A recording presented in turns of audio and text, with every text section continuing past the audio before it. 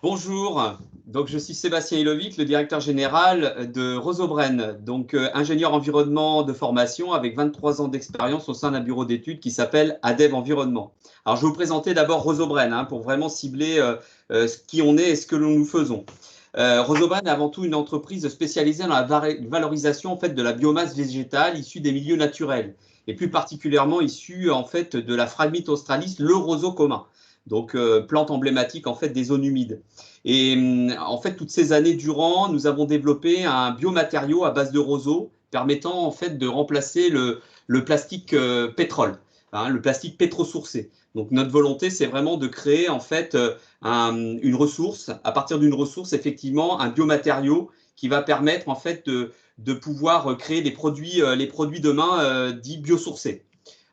Donc ce biomatériau roseau, en fait, on l'a marketé, donc il s'appelle grain de roseau. Et on le retrouve effectivement dans différents types d'applications, déjà sur les marchés du design, de la cosmétique, de l'ameublement, des emballages.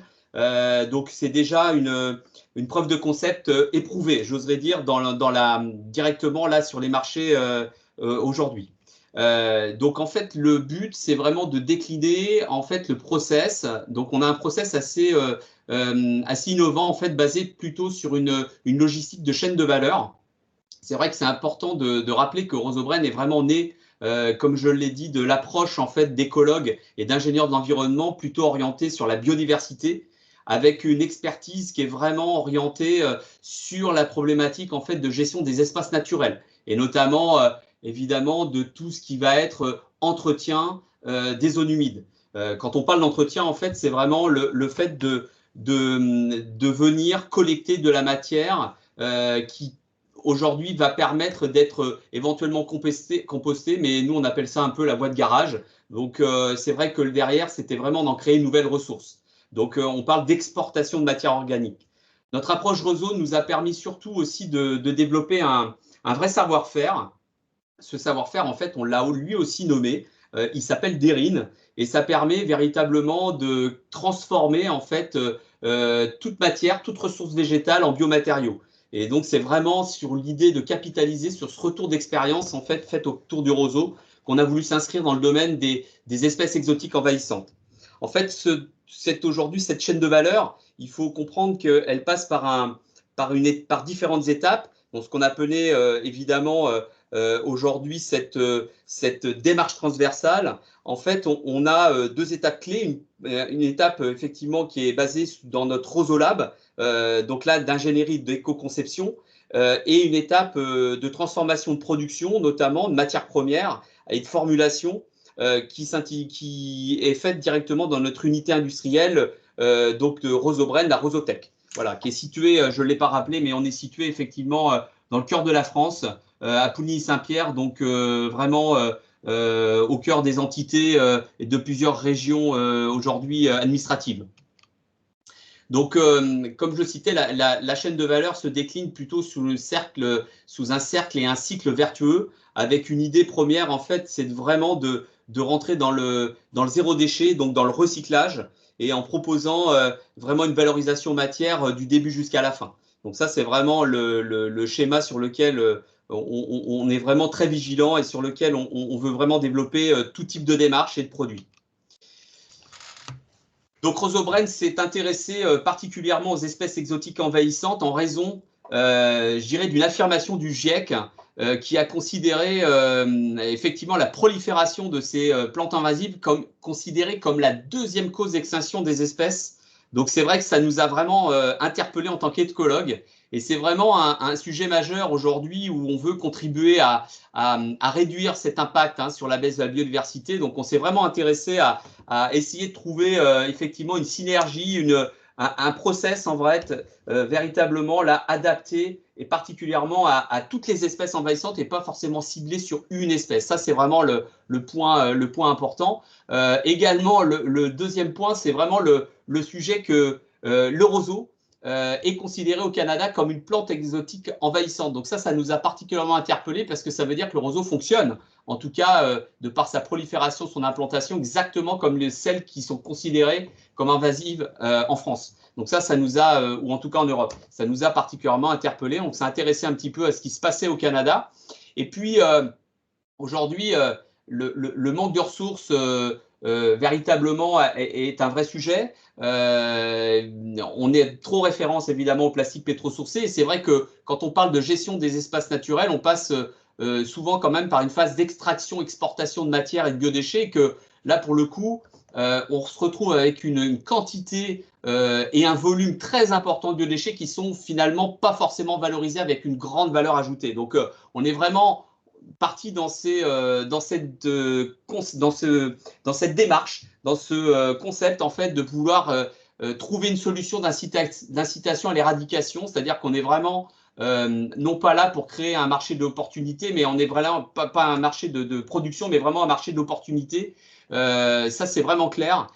Pour pouvoir définir surtout un process reproductible à un grand nombre d'espèces. C'est-à-dire que le but, c'est vraiment d'éradiquer au maximum, passer à une autre et ainsi de suite. Hein, en sachant que notre prêtre mot, en fait, c'est vraiment d'appliquer toute l'expérience qu'on a pu capitaliser sur le roseau. Donc, on a déjà fait un certain nombre, effectivement, de tests expérimentés par Rosobren au sein de différentes espèces végétales. Donc, aujourd'hui, toutes les espèces qu'on vous présente ici, là, ont déjà été travaillées par Rosobren et les résultats sont exactement identiques à ce qu'on pouvait observer ou en tout cas obtenir avec le roseau. Donc ça, c'est vraiment un point particulièrement important. Je voulais rebondir quand même sur cette problématique du biodéchet. En fait, il faut quand même savoir que le biodéchet généré évidemment par l'entretien des espaces naturels, hein, que ce soit pour les espèces exotiques envahissantes, mais aussi pour les autres, c'est qu'on est quand même relativement bien encadré par une réglementation stricte. Et aujourd'hui, notamment sur la partie espèces exotiques envahissantes, il y a vraiment une attente particulière à respecter. Il y a vraiment aujourd'hui un certain nombre d'éléments qui doivent effectivement être mis en place, notamment en termes de protocoles et de méthodes de collecte, hein, transport également. Et ce qui est important quand même de spécifier, c'est qu'on est vraiment sur une gestion à risque, parce qu'il y a quand même un risque important de dissémination, que ce soit les rhizomes, les graines, etc. Et c'est vrai qu'aujourd'hui, clairement, on a quand même, c'est vrai que toutes les entreprises qui travaillent sur ces schémas-là sont encadrées par un niveau de risque qui n'est pas neutre. Donc nous, c'est vraiment aussi un point sur lequel on est particulièrement vigilant et sur lequel on est, en tant qu'écologue, également apporteur de solutions. Hein, ça, c'est vraiment un point important. Donc on arrive véritablement à notre solution de valorisation. Donc l'idée, hein, vous l'aurez compris au fur et à mesure du déploiement, c'est que biodéchets égale ressources. Donc véritablement pour créer un biomatériau pour des différentes applications. Et là vraiment le choix qui a été orienté avec les plantes exotiques envahissantes, c'est vraiment le mobilier urbain, avec une application potentielle dans les milieux naturels, notamment peut-être tout ce qui va être éducatif, pédagogique, évidemment toute la promotion aussi autour je dirais, des espaces naturels à découvrir. Donc on est vraiment en train de travailler sur ces sujets-là. La caractéristique de ce biomatériau, c'est véritablement son absence d'entretien. On n'a pas, comme on pourrait l'avoir avec le bois, des problématiques d'écharpe, de pourrissement de peinture, des problématiques quand même qui sont à prendre en considération. Et puis, c'est vrai qu'on a beaucoup eu aussi je dirais à essayer de regarder de près ce qui se pouvait se faire sur le marché et on s'est aperçu que évidemment les bois traités, même s'ils ne le sont plus théoriquement depuis 2018, sont toujours présents malgré tout sur les marchés et on se rend compte que aujourd'hui un bois traité de casse-latte en pin dure une dizaine d'années. Donc vous voyez qu'on arrive nous à garantir plus de 30 ans, donc on est vraiment aussi inscrit dans une démarche de durabilité, hein, c'est ce que je voulais dire. Et puis malgré tout le sujet de résistance et de recyclabilité, c'est aussi des schémas sur lesquels on est particulièrement inscrit. Voilà. Donc aujourd'hui, notre plateforme technique, comme je l'ai indiqué tout à l'heure, est vraiment localisée au centre de la France. Donc on se situe vraiment au cœur et finalement à la confluence quand même de pas mal d'infrastructures. Donc on est quand même en capacité, même si on a une vraie volonté d'essaimage sur le territoire français, mais là où le point de départ, je dirais, on est déjà sur une logique je dirais, de prendre en compte un certain nombre quand même de volumes d'espèces végétales et notamment ces EE. Donc ça, c'est important quand même de prendre en compte que notre localisation est assez pertinente vis-à-vis de ce sujet. Voilà.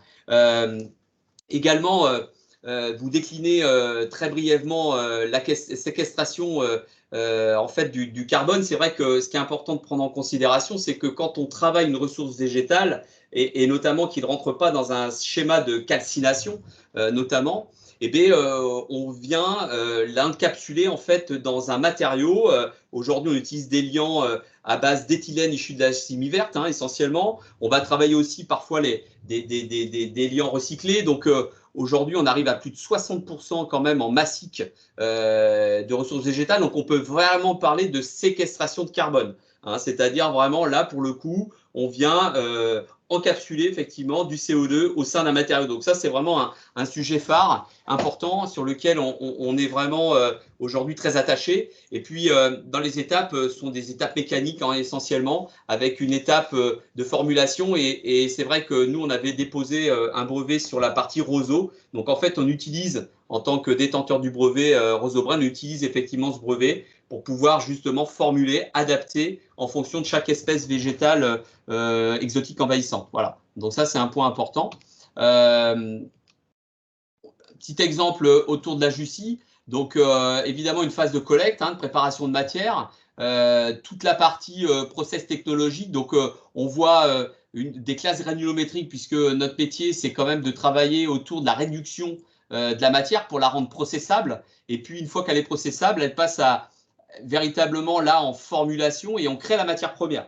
La matière première, donc c'est un filament, c'est un jonc qui va être prédécoupé pour en faire des granules. Une fois qu'on a ces granules, on va pouvoir les utiliser soit en extrusion, soit effectivement en injection dans des domaines après techniques pour pouvoir, et vous l'avez sur les exemples là, des applications sur des poteaux, des bancs, des nichoirs, enfin voilà, il y a pas mal de choses à décliner aujourd'hui. Et ça, on est vraiment en train de travailler sur une gamme là pour les années à venir. Juste un point, et j'aurais pratiquement terminé, le process innovant de séquestration, on a mis au point surtout un propre modèle de calcul. Donc, c'est vrai qu'à chaque fois qu'on travaille sur un projet, l'idée, c'est vraiment de savoir évidemment combien et quel est l'impact CO2 évidemment capté. Donc ça, c'est un point important. Puis finalement aussi, on est sur l'évitement de CO2 si on était évidemment avec l'utilisation d'un plastique pétrosourcé classique. Donc ça, c'est un point aussi important.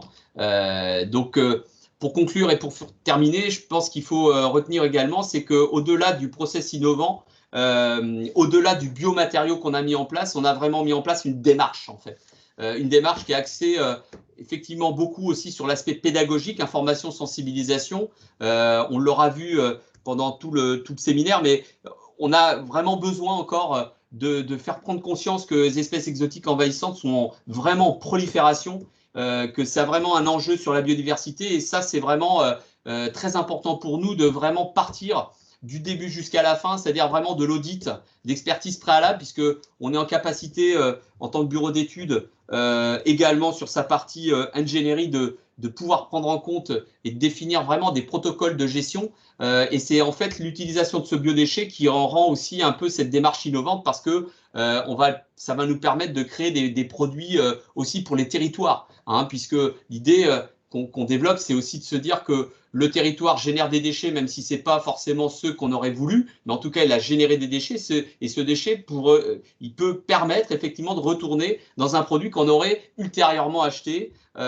effectivement, dans d'autres circonstances. Donc, c'est vraiment un retour aussi, finalement, à la nature, de la nature pour la nature. C'est un peu le point important. Et puis aussi, évidemment, insister sur le fait qu'on offre aussi la possibilité de faire des suivis, c'est-à-dire évaluer la rémanence des espèces sur lesquelles on aura eu à travailler. Et ça, c'est un point aussi pour pouvoir proposer, évidemment, derrière, de nouvelles actions, je dirais d'intervention, biomatériaux ou pas, mais en tout cas, derrière, c'est vraiment la démarche complète qu'on met en avant dans ce schéma chez Roseau-Brenne. Voilà, merci de votre écoute.